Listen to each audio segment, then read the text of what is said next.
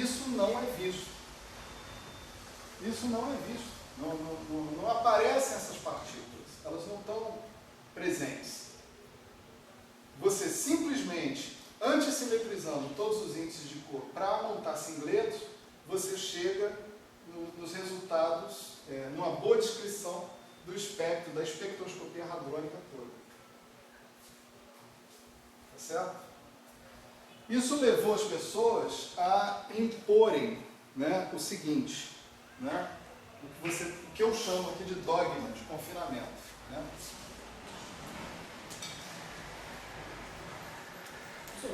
Oi. Voltando um pouco atrás, o SO3 de sabor, ele não é uma simetria de calibre, né? Não é local. Não. É uma simetria aproximada global. Então, o dogma do confinamento, né, vai ser isso aqui, essa afirmação. Só existem estados singletos de cor. É um dogma, por quê? Porque não dá para provar, né? Naturalmente. Tá certo? Mas é uma linha mestra que a gente segue na construção das teorias para essa interação, uma interação forte. Então, se só existem estados singletos de cor, tá certo? Isso implica, né, se eu associar cada estado de cor, red, green e blue, se eu associar cada um deles a um estado base de SO3 também, tá certo? Então, SO3 pode agir nesses números quânticos de cor e misturar esses caras. E o meu critério é, no final tem que ter um singleto. Tá? Então, é claro que se agora cada um desses quarks, né, além de carregar o SO3 de sabor e montar uma representação octeto, montar uma representação decupleto de sabor, eles vão carregar também um SO3 de cor. E nesse caso vão montar uma representação singleto de cor. Então eu tenho que refazer minha análise de SO3 para cor. Dá para entender isso? Esse é um ponto que pode ser confuso. Se alguém estiver vacilando, é só levantar a mão que a gente para aqui e explica de novo. Então, eu vou dizer o seguinte, por exemplo, um estado associado com um quark Aker, tá certo? Ou melhor, se Psi está associado com um quark, esse Psi possui um índice A grande, por exemplo, que é um índice de sabor. Esse A, ele pode ser up, down ou strange. Mas ele vai possuir um índicezinho A também, que é um índice de cor. Então ele pode ser red, green ou blue. Ele vai possuir os dois índices. Esse cara se transforma para um SO3 de sabor. Então, tem uma transformação de SO3 que você pode escrever assim, RAB,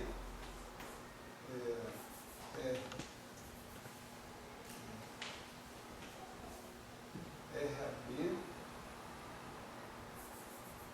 PA, sei lá, Psi, B, A é igual ao Psi barra Psilinha, né? A. Onde esse cara aqui pertence a esse 3. É uma matriz, né, de números complexos, etc., que satisfaz as condições dela ser unitária e determinante 1, 3 por 3. Né? Então, isso aqui é a ação do SO3 de sabor. Mas existe uma outra ação, que é uma ação de um SO3 de cor também. Que você vai dizer o seguinte.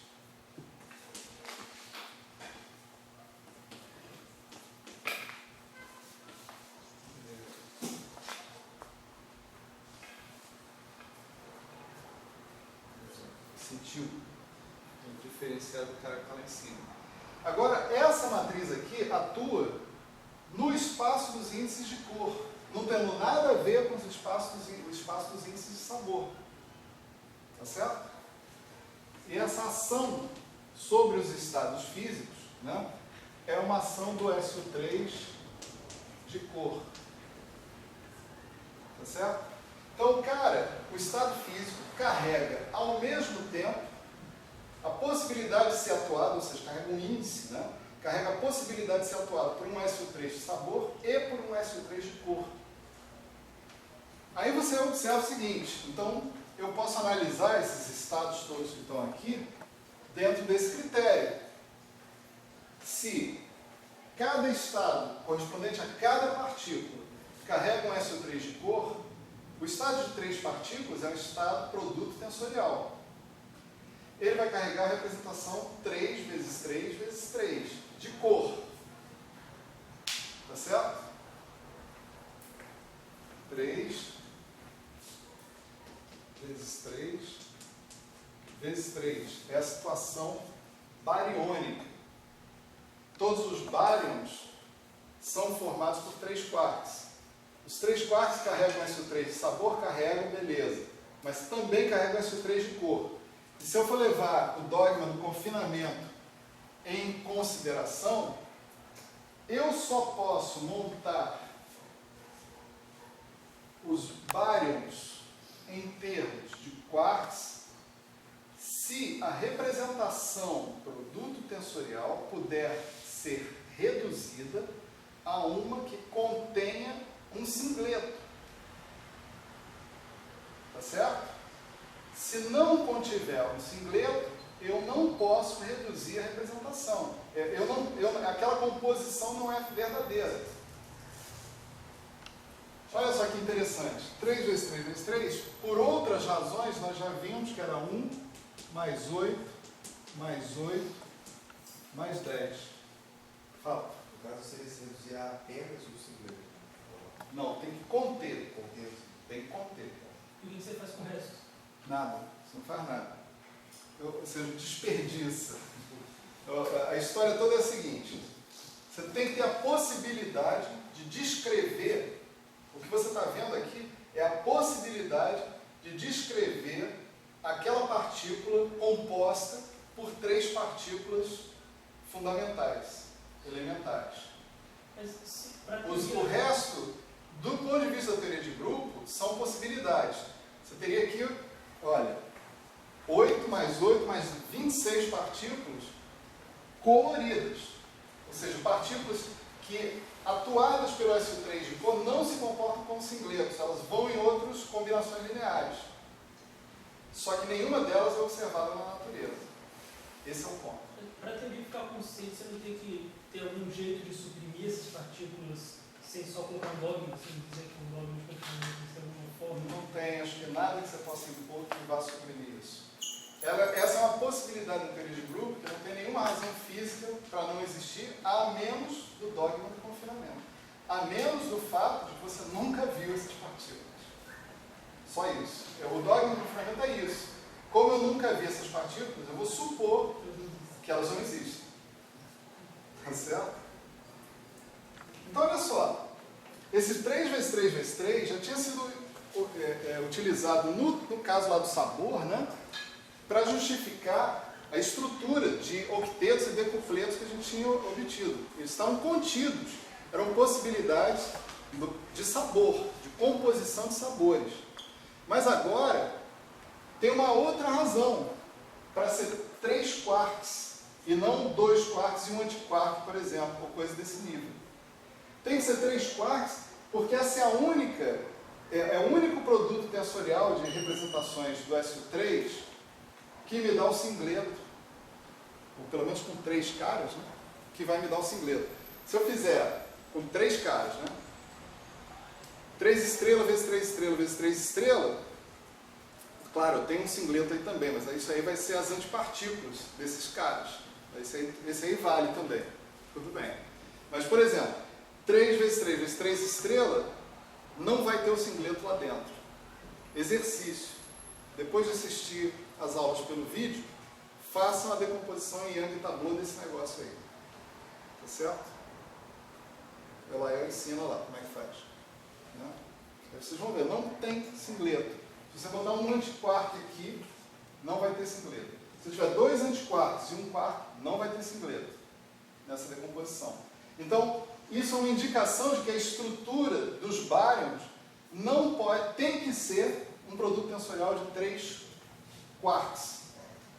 Não pode ter antiquark no meio da história. Da mesma forma, se você pegar os mesons e analisar agora do ponto de vista da cor, o que você está vendo é um produto tensorial de 3 por 3 estrelas. Tá certo? Isso aqui dá 1 mais 8. Se você fizer 3 vezes 3, isso dá 6 mais 3 estrelas. Não tem singleto. Você não pode montar um meson não colorido, singleto de cor, usando 2 quarks. Nem 2 antiquarks. Tem que ser um quark ou um antiquark. Tá certo? Então, esse lance da cor, ele vem se somar às informações que a gente já tinha do sabor, para amarrar mais ainda a estrutura dos hadrons dessa forma. Mesons, quark e antiquark. Bárions, 3 quarks. Eu só estava pensando, então, tipo assim, se eu pegasse 3, 3, 3 estrelas e eu tenho que montar um escalar no final, 1 é um escalar. E se eu fosse começar a contrair todos os índices, se tiver 3, 3, 3, 3, 3 estrelas, para tentar formar um escalar, daí é 0, por exemplo, você não conseguiria montar a representação que é um escalar? Peraí, eu obteria 0 em que circunstância? No sentido de você tentar saturar os índices com 3, 3 e 3 estrelas, que não tem singleto, por exemplo. Não, você não vai obter 0. Você não vai obter 0. Você pode, matematicamente, montar 3 vezes 3 vezes 3 estrelas. Nada impede. Tá certo? Você não vai obter 0. Você vai obter um conjunto de, uma decomposição de representações irredutíveis, só que não vai ter o singleto lá dentro. Justamente, quem está ausente é o singleto. É o 1. Sim, mas o que eu estava pensando era montar um escalar com um vetor de 3 componentes, psi, psi j, psi k, e tentar contrair os índices de forma a montar um escalar, que se transforma com o singleto da representação do grupo em questão. Montar escalar com cara. Por exemplo, no grupo de rotações tem um escalar que tem spin 0, você vai ter um vetor, 3 componentes, tem spin 1, você pode construir um escalar com spin 1, satura os índices. Por exemplo, pega 2 vetores, você monta um escalar. Tá, entendi. Acho que eu entendi o que você está falando. Se você tentar explicitamente construir esses estados saturando os índices, você não consegue. Isso. Não consegue. Pronto, agora entendi. Tem que insistir, porque às vezes eu não entendo. Não, é isso mesmo. Você não tem como, não consegue. Dá 0, vamos dizer assim. Agora sim dá 0. Desculpa, eu não acompanhei aqui sobre o que é. É que ele está dizendo o seguinte: uma maneira de você construir escalar é você saturar os índices. Né? Por exemplo, se você escalar de Lorentz, você tem um vetor Vmi, um vetor Wmi, Vmi é um escalar. Né? Por que vai dar 0? Não teria como ele contrair esses índices, esses 3 índices, para obter um cara com os índices todos saturados. É isso que ele está dizendo. Tipo assim, se eu for pensar na construção do escalar dessa maneira, isso não seria viável. Simplesmente contraindo índices. Né? Eu tenho umas informações aí que eu não dei aqui, né, também, né, que talvez vocês consigam lá nas aulas, em vídeo. Né? Quando você pega a representação estrela, né, ela é equivalente a parte antissimétrica, vamos dizer assim, de um produto tensorial. Se você decompuser a parte simétrica mais parte antissimétrica, você pode mostrar que a parte antissimétrica vai ser associada com a representação complexo conjugada. Mas isso, eu não quero entrar nisso agora, né? Isso aqui é outra história. Né? Mas talvez isso ajude nesse raciocínio específico que você está colocando aí. Então,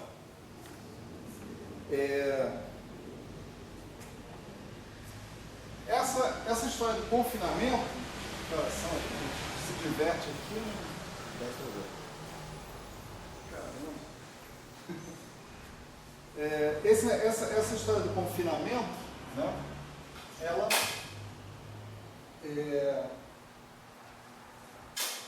precisa ser provada dinamicamente, né?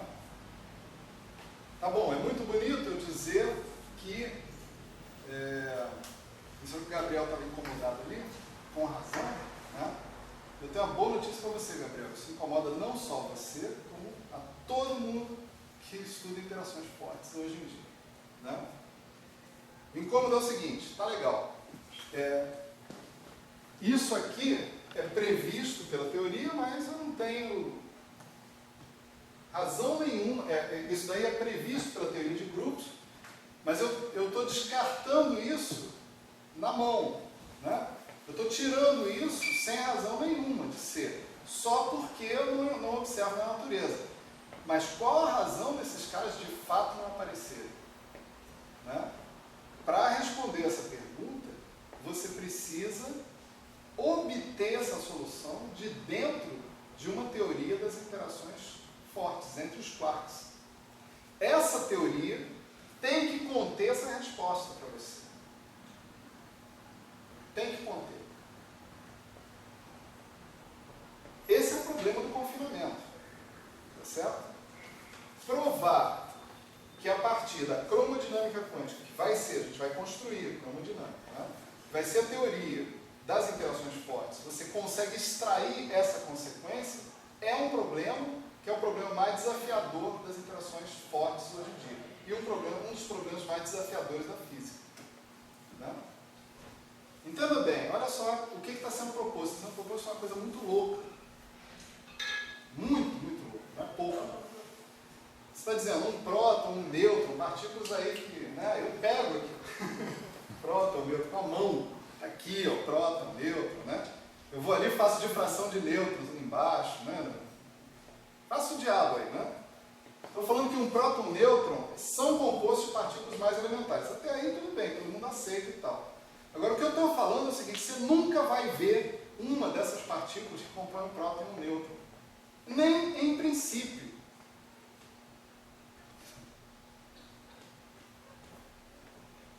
Saca? Nem em princípio. É tipo assim, olha, eu tenho um átomo de hidrogênio, o átomo de hidrogênio tem o nível 1, nível 2, nível 3, nível 4, e eu sei que ele é composto de próton e elétron, mas olha, você nunca vai ver um próton nem um elétron. Ninguém ia ficar muito feliz com isso, tenho certeza. Né? A gente gostaria de ter uma visão mais concreta desses constituintes elementares, mas se o dogma do confinamento for provado, se ele for extraído da teoria da cromodinâmica quântica, você não vai ter, nem em princípio, a possibilidade de ter acesso a um quark livre, a um quark individual. Essas partículas estão confinadas, como diz o grande amigo Renato Doria, como as carmelitas, né? Lá no convento lá em Santa Teresa. Estão confinados. Professor, as pessoas gostam tanto de ficar quebrando simetria e dizendo que tem partícula mais massiva que nunca foi vista. Por que não simplesmente dizem a mesma coisa por causa do confinamento? Essas partículas existem, mas nunca foi visto porque tem uma massa grande demais. Elas não podem ter uma massa grande demais. Porque a massa do próton não é tão grande assim. Se elas duas compõem o próton, entende? Elas têm que ter massas bem menores que a massa do próton. Não, claro, tem um conteúdo energético que vem da interação mesmo e tal, que vai ajudar a compor a massa do próton, mas elas não podem ter massas maiores, por exemplo, que a massa do próton. Para o quark individualmente eu entendo, mas eu estou falando, por exemplo, as outras partículas que poderiam ser compostas ali por 3 quarks, por exemplo, elas não poderiam ter uma massa muito maior. Aí é difícil você entender a origem dessas massas. Por exemplo, se você está falando de estados de N igual a 0, você não tem da onde você vai tirar essa massa, entende? Para essas partículas. Na verdade, a questão do confinamento é, tipo assim, tá, essas partículas têm uma massa gigantesca, então por isso que é difícil encontrá-las nos aceleradores. Quanto maior a massa, maior a dificuldade de você encontrar vídeo Bóson de Higgs, né, por exemplo. Vídeo W+, W- é zero. Né? Mas o problema tipo assim, desde aquele momento a gente já subiu muito a massa, você teria um deserto de coisas onde poderia ter alguma coisa e não tem nada. Entende? É mais produtivo confiar que não tenha nada mesmo. Entende? E tem mais um ponto aqui que é um ponto interessante, que eu gosto de chamar a atenção para ele, que é o seguinte: como é que eu sei, né, que tem spin-up e spin-down? Vamos dizer, spin-up e spin-down são representações, são estados base de uma representação bidimensional do grupo SU2. Assim como red, green e blue são estados base de uma representação tridimensional do grupo SU3. Então a analogia é completa. Né? Como é que eu sei que tem spin-up e como é que eu sei que tem spin-down? Eu sei disso porque eu quebro a simetria de rotações. Eu uso o experimento Stern-Gerlach. Né? O que é o experimento Stern-Gerlach? A quebra da simetria de rotações. É você colocar um campo magnético ali que vai definir um gradiente de força na direção privilegiada do espaço. Graças a esse fato, é que você pega e consegue, enfim, estudar o spin-up e o spin-down. Sai um feixe de partícula para cima, sai outro para baixo. Se você não quebrar a simetria de rotações, você não vai saber que existe spin-up e spin-down. Para você, o spin vai ser um grau de liberdade confinado. Tente estudar spin sem quebrar a simetria de rotações. Ou, em outros termos, sem colocar um campo magnético. Não consegue. Então, como é que eu vou saber que eu tenho cor? Eu tenho que quebrar a simetria SU3 de cor. Como é que eu faço isso? Eu não posso montar um campo cromomagnético. Tá certo? Eu não tenho esse mecanismo na mão. Não é? Eu não posso montar um campo externo cromoelétrico ou cromomagnético para levantar a degenerescência de cor das coisas. Para que as coisas deixem de ser singletos de cor. Analogia. Singleto de spin, eu obtenho informação sobre os estados particulares de spin, quebrando a simetria de rotações com um campo magnético. Singleto de cor, eu também teria que fazer a mesma coisa, ou coisa similar. Eu teria que pôr um termo lá no meu hamiltoniano que mandasse embora essa simetria. Mas eu não tenho instrumentos físicos para fazer isso. E isso me conduz a um problema muito sério do ponto de vista da teoria do espalhamento. Né? A teoria do espalhamento, que é a base de toda a teoria de campo, toda a teoria de campo está baseada em experimentos de espalhamento. Né? Ela pede que você tenha suas partículas assintoticamente livres, lá em t igual a menos infinito, e assintoticamente livres, lá em t igual a mais infinito. Elas interagem aqui e elas estão livres antes e livres depois. E você mede as propriedades dessas partículas livres antes e depois. Tá certo? Como é que você faz isso com quarks? Então você tem um problema. Você tem um problema na definição da matriz S para quarks. Porque esses estados nunca estarão livres. Você nunca vai ter um quark solto, colorido, singleto não. Estado base da representação fundamental do SU3 à sua disposição. Você não vai ter. Se o dogma do confinamento for provado. Não? Isso é um grande problema. Não? Como é que você resolve isso na prática? A gente vai fazer umas contas aqui de PCD, eu espero pelo menos que eu consiga. Né? Você resolve isso dizendo o seguinte: olha, o quark está viajando dentro do próton. Eu vou supor que ele está interagindo muito pouco graças à liberdade assintótica e outras coisas, né? Aqui dentro do próton, e a interação dele vai ser com um único quark do outro próton, ou do outro nêutron. O outro próton se for LHC, que é próton-próton. Você pode fazer outros tipos de colisão. Então, você vai encobrir a sua ignorância com uma coisa que você chama de função de estrutura ou fator de forma, né? Sua ignorância sobre como os prótons constituem, como os quarks constituem os prótons, e você vai fazer espalhamento quark e quark dentro desses limites da sua ignorância. É isso que a gente faz hoje em dia. Você não tem uma teoria de espalhamento de quarks ou de partículas que nunca vão estar livres. Esse é outro problema. Certo? Uma teoria é tão mais legal quanto mais problemas ela tem para ser resolvida. Né? E quanto mais respostas ela dá também. A cromodinâmica ajudou a organizar a cabeça da gente, sem sombra de dúvida. Mas o quanto ela trouxe de resposta, trouxe também de perguntas, de questões. Tá certo? Então é legal estudar a cromodinâmica por isso, porque está cheio de problema, está cheio de questão, está cheio de propostas as mais interessantes possíveis, né, para explicar esse confinamento. São propostas, não tem nada provado ainda, mas tem algumas direções, né, que são interessantes de investigar e de seguir. Né? Fala. Você falou que a gente precisa de estados que tem um singleto, sabe? Tipo, tem um produto tensorial que me permite ter um singleto. Mas eu não vou nem sei, mas isso vale para todos que formarem um singleto ou todos que têm um singleto? Entendeu? Tipo, porque se eu fizer um quark, antiquark, eu não conseguiria fazer um singleto também? Sim. Mas não tem, né? Tetraquark. Mas tetraquark não é quark, antiquark. Ou é quark? Não, eu acho que é com um antiquark. Mas de qualquer forma, não vou aqui disputar com você, pode ser que você esteja certo. O lance é que o tetraquark ou o pentaquark foram descobertos, né?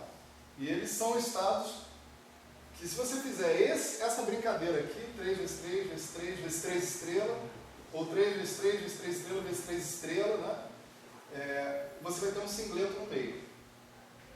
Graças a isso que eles eram esperados. Você falava, essas estruturas são possíveis. A teoria de grupos diz que se você multiplicar representações de SO3 nessa forma, você pode obter um singleto. Então, pode ter tetraquark, pode ter pentaquark. Né? Agora, com essa estrutura específica e não com outra, por exemplo. Né? Eu acho, por exemplo, se você botar 3 vezes 3 vezes 3 vezes 3, já era. Não dá certo. Não. Bom, por hoje, vamos lá, né? Na aula que vem, eu